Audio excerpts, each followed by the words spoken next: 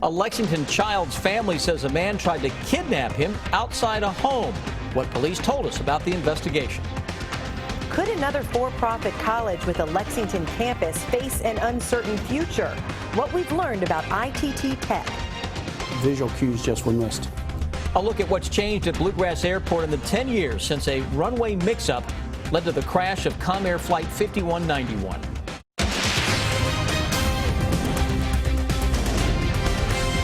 This is WKYT News at 6.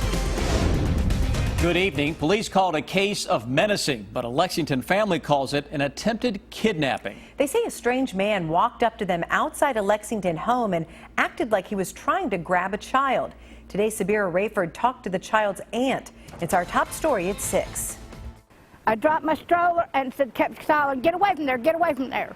Erie Douglas says she was walking home from a grocery store yesterday afternoon when the unexpected happened. She says she heard her next-door neighbor screaming for help. It scared me because all I could think of was my grandchildren. Lisa Cambray says her mother-in-law was getting in the car with her nephew when an unfamiliar man walked up the driveway and approached the grandmother and baby.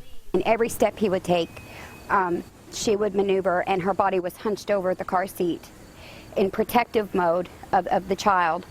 And he kept asking her, "Is that your son? Is that your son?" Cambray says he didn't stop after the grandmother told him to back off. She said, "My son is here and my daughter-in-law is here." And he looks up at the windows and sees no one and continues. Douglas says when she entered the driveway, the man backed off. I told her, I said, "I got the baby. You get on in the vehicle. I got him." Neighbors say what worries them the most is how many children frequent this block. Just steps away from the home is this daycare right here. Don't get them off the bus line. Don't, just because you live in this area and you know people, don't think that there's people that won't come in that you don't know. Now, instead of just chalk drawings, the house is decorated with newly installed surveillance cameras. As for Douglas, she says she would do it all over again in a heartbeat. No, they're my neighbors. I watch out after them. Police say once detectives locate the man, there will be a criminal complaint filed for 1 count of misdemeanor menacing. In Lexington, Sabira Rayford, WKYT. Police say they did talk to the man after the incident, and he claimed he was not trying to alarm the woman and just thought the baby was cute. After additional interviews, police have decided to charge him. A police chase involving a stolen car led to a crash and 3 arrests in Lexington today. The crash happened on Reams Road off Viley Road about 11 this morning. The owner of this car tells us it was stolen from a Scott County home. Lexington police say when they tried to stop the car, the 4 people inside took off running, leading to a search of the neighborhood. They eventually arrested 3 juveniles, but say they're still looking for the 4th. It just seemed like an episode of Cops. I mean, there were police running in the back of my building, on the side, just everywhere. Police charged the 3 suspects with receiving stolen property, fleeing and evading, criminal trespassing, and possession of a handgun by a minor. Earlier this week, we told you about the sudden closure of Lexington's MedTech campus, leaving students there worried about the future of their education. And tonight we've learned another for-profit college here in Lexington could be in trouble as well. As Kristen Kennedy tells us, students at ITT Technical Institute fear that school may not be around much longer. There is a lot of uncertainty with ITT Technical Institute's future. The Department of Education says it will no longer allow students to apply and use federal financial aid dollars to attend its 130 campuses, including this one in Lexington. The department says ITT was late submitting its annual compliance audits and financial statements. They also say it's because the Accrediting Council for Independent Colleges and Schools, ACICS, has ongoing concerns with ITT. They have called into question the school's administrative capacity, organizational integrity, financial viability, and ability to serve students. The Better Business Bureau encourages students to shop around for their education. Think about where it is you'd like to work and then ask that Human Resources Department, what kind of certifications do they recognize? Where do they most often hire their folks from? And that'll give you a good idea on a direction to go as far as where you might like to continue your education. Current ITT students do have some options, like transferring credits, continuing courses, or just waiting. If you had federal direct loans, you may very well qualify for loan forgiveness. Calls and emails to ITT Tech's headquarters in Indianapolis were not returned. In Lexington, Kristen Kennedy, WKYT. The Department of Education wants ITT Tech to increase its collateral on file with the government as a way to show they are financially stable. Tonight, we've learned a Lexington construction company has been fined following a worker's death. Investigators say 22-year-old Tyler Williams died in May when a trench collapsed on him along Old Todd's Road. He worked for ATS Construction, which is operated by LM Asphalt. Investigators say an OSHA inspection found 5 serious violations after Williams' death. So the construction company has been fined $28,000. You felt it as soon as you stepped outside today. Heat and humidity have moved into the bluegrass, here to stay at least, it sounds like, into the weekend. Chief Meteorologist Chris Bailey has an early look at your forecast. Yeah, we've been calling it a what you see and feel is what you get kind of a weekend in store for the Bluegrass State. Those toasty thermometer readings over the past few days, really pretty impressive. We're at the end of August now. We should start to make that slide toward cooler weather, but Mother Nature has some other plans. Skyline in Lexington right now with a little bit of cloud cover, low 90s, feels like it is 96 degrees right now in Lexington. We look at the temperatures across the entire region. And again, most of us hitting those upper 80s to low 90s out there late this afternoon. The heat index, yeah, we're going to sweat it out at those high school football games this evening. It's still going to feel like it is 90 to 95 as we kick off some of those games here in just a little over an hour from now. 97, the feels like number into Frankfort, 98 Covington. Defender radar network with some thunderstorms not too far away from us in northern Kentucky, right at Newport on the Levee, get into the Cincinnati area. And not too far away from Kings Island, western Kentucky. Now we're talking. We got some clouds here keeping those temperatures in check. Coming with a bit of a price, though. We have some showers and thunderstorms. That's a plume of moisture we'll keep an eye on. Some of that's going to try to work in here as we get deeper into the weekend. But overall, guys, the big story of that weekend, the feels like number, heat index 95 to 100 degrees.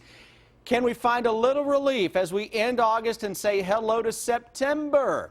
We'll let you know when I come back in just a few minutes. It's been more than 2 months since investigators say they found dozens of horses abandoned on a Mercer County farm. Since then, charges have been filed in the case, and today, the last of the horses who were rescued were moved to new homes. Hillary Thornton has the update. As the trailers roll up to the barns. Well, today's actually an ending and a beginning. Marking the last chapter for the horses on this Mercer County farm. My first visit was the 27th of June, and that's when the horses had been declared abandoned. 43 horses declared abandoned. The Department of Agriculture opening an investigation charging Charles Burrell and his daughter Maria Burrell with animal cruelty.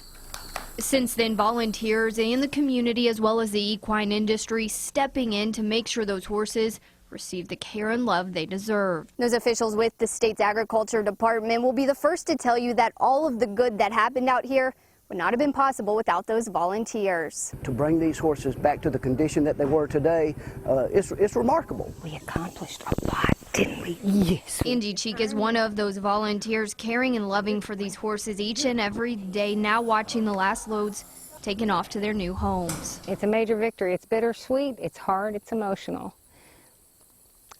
But there's an incredible peace that we did what we did. Just as the physical improvements of the horses are certainly noticeable, they say so is the emotional healing. Spirit of the horse has been restored. They trust us again. Each of the 43 horses now in a much better place. And Mommy promised you'd never go through it again, didn't I? All 43 horses safe. I really thought we would probably lose at least 2, if not 3. A day closing one chapter and starting another for a group of horses and those who put the life back in their eyes. Saying goodbye is very difficult, but it's necessary, and it was amazing. The most incredible ride of my life. In Mercer County, It takes a village, it takes a whole state, and it got done. Hillary Thornton, WKYT. The horses are now at different farms throughout central Kentucky. They remain in foster care as the case moves through the court system. 10 years ago tomorrow, Comair Flight 5191 crashed near Bluegrass Airport after the plane's pilots tried to take off from the wrong runway. The 49 people you see right here lost their lives on August 27th, 2006. Only the co-pilot survived. And in the decade since that crash, changes have been made at Bluegrass Airport and elsewhere to prevent another runway mix-up. Sean Moody has the story new at 6.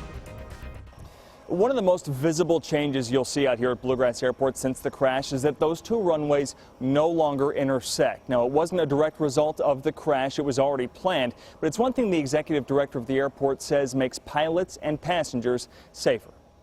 Bluegrass Airport Executive Director Eric Frankel was working in Toledo 10 years ago, but he remembers. I know exactly where I was. A lot's different now. On the morning of the crash, this is what the airport layout looked like. The main runway, 422, intersected with the shorter general aviation runway, 826.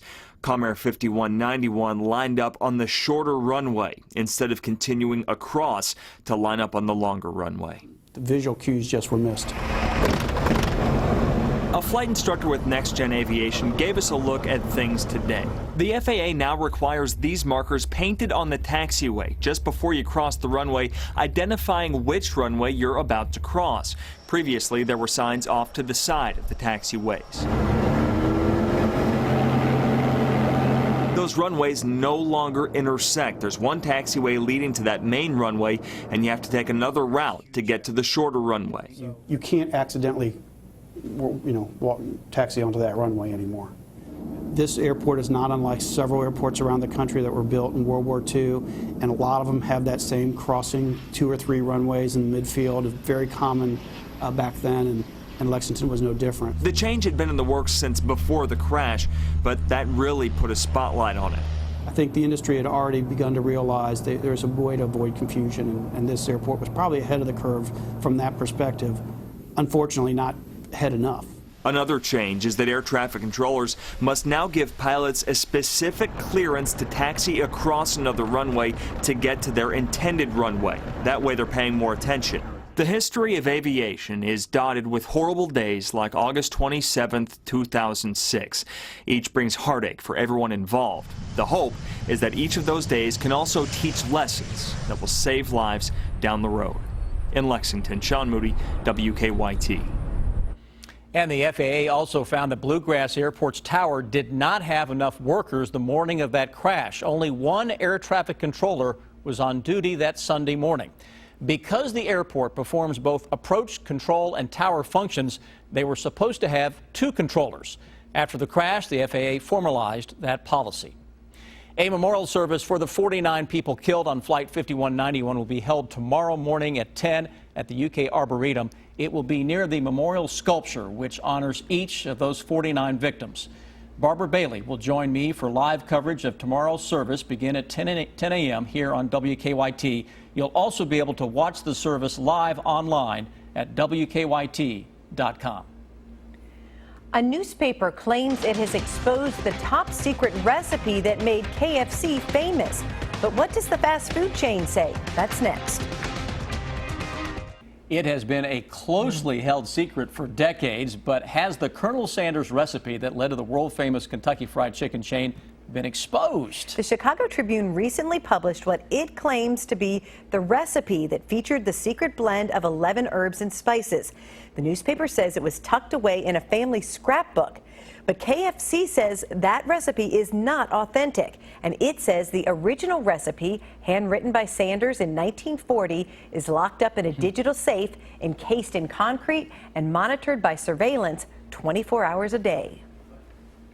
Now, your hour-by-hour forecast with Chief Meteorologist Chris Bailey.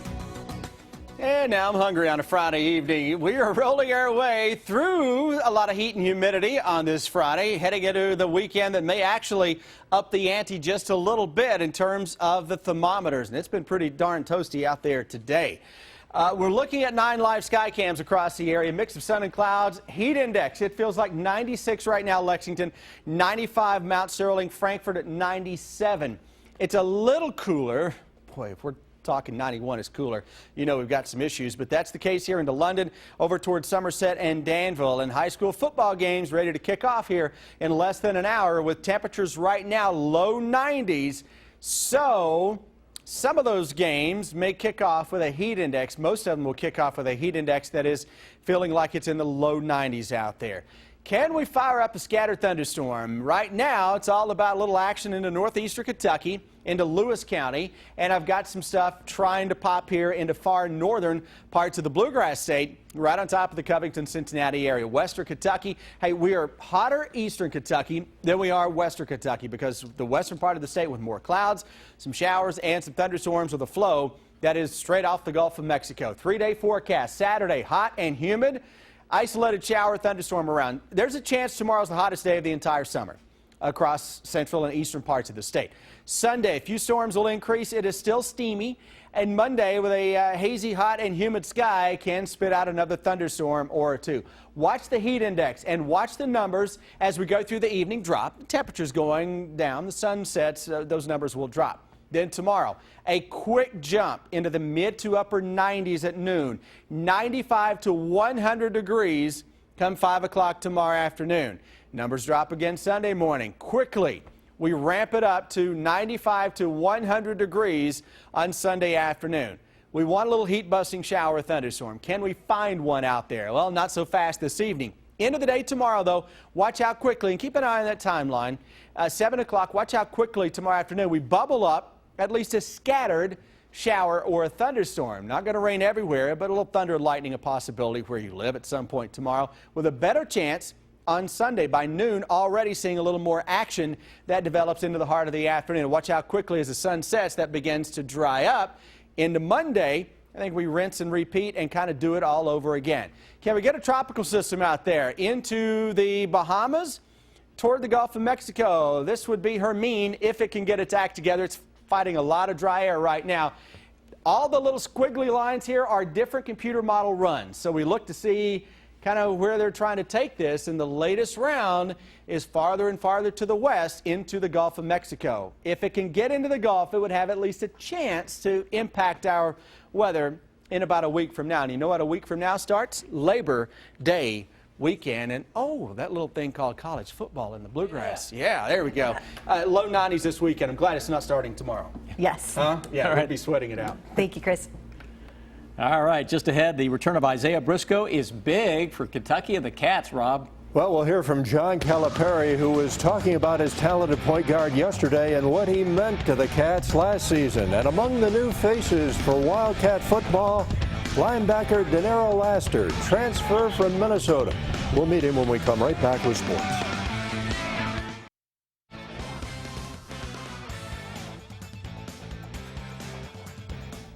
Plenty of new faces will be on the field for the Cats this fall, and the fans will get their first look at many of them when the season opens just 1 week from tomorrow night. Among them is linebacker Denero Laster. He began his college career 3 years ago at Minnesota when he redshirted. Then he played a little the next season, but transferred to UK last year and had to sit out. Laster can play inside or outside backer. Mark Stoops needs players to step up at both positions. We have a nice group of linebackers. I would say we have a group that is very different, and each guy has a different strength that they bring to our team. And we're a bit young, and we are a little bit inexperienced, but we have a lot of talent, and with our talent, we could do some really successful things this year. 8 days and counting now to the start of the season. Number 8 worn by Joker Phillips, Felix Wilson, and Chris Matthews. R2 Spinner had 8 100-yard rushing games in his senior season. And Anthony White caught 8 passes in the 1999 Outback Bowl. You can check out our entire countdown. Just go to WKYT.com. We have our game time top 10 heading into the second week of the high school season tonight. Lafayette holding down the top spot, followed by Scott County, Danville number 3, Henry Clay at 4, Southwestern and Lexington Catholic tied at 5, Pulaski County dropping to number 7, then Somerset and LCA tied for 8, Boyle County falling to number 10. With another roster full of young talent, John Calipari will call upon Isaiah Briscoe to be the heart and soul of this year's team. Briscoe is back, and Cal said yesterday he was one of the unsung heroes of last season's team. Calipari is asking Briscoe to improve his shooting, and so far he said he's working very hard to do it. You know, people forget how big he was for our team a year ago. Like, he kind of got overshadowed. And the only reason he got overshadowed, whatever he shot from the three-point line and the free throw line was abysmal. But short of that, defending, rebounding, playing basketball, getting to the basket, making plays, not being afraid. But as a basketball player, as a tough, hard-nosed warrior, come on now, there were games we'd have lost if he wasn't playing. And former Dunbar product and Dodger catcher A.J. Ellis was shocked and saddened by the news yesterday that he had been traded to Philadelphia. Ellis went to the Phillies for catcher Carlos Ruiz. Ellis, who was drafted by L.A. in 2003, has never played for any other team, and he was a good friend and preferred catcher for Dodgers ace Clayton Kershaw. Leaving Dodger Stadium will be tough. It's tough. I'm looking at the Dodger Stadium right now. This is really, really hard. It's the greatest office in America, and to not be able to call it home anymore, it's really tough. So it's a really, really sad day for me. It's one of the things I'm most proud of is being a Dodger my entire career. I was drafted by these guys in '03, and to have been the longest tenured Dodger was something I was extremely proud of. Now he goes into Philly, a tough, tough city to play in. Sam, Jennifer, back to you. Thank you, Rob. And a final check of your first alert forecast with Chris is next. Then on the CBS Evening News, Steve Hartman goes on the road and catches up with an old friend who's running for another reason besides just staying fit.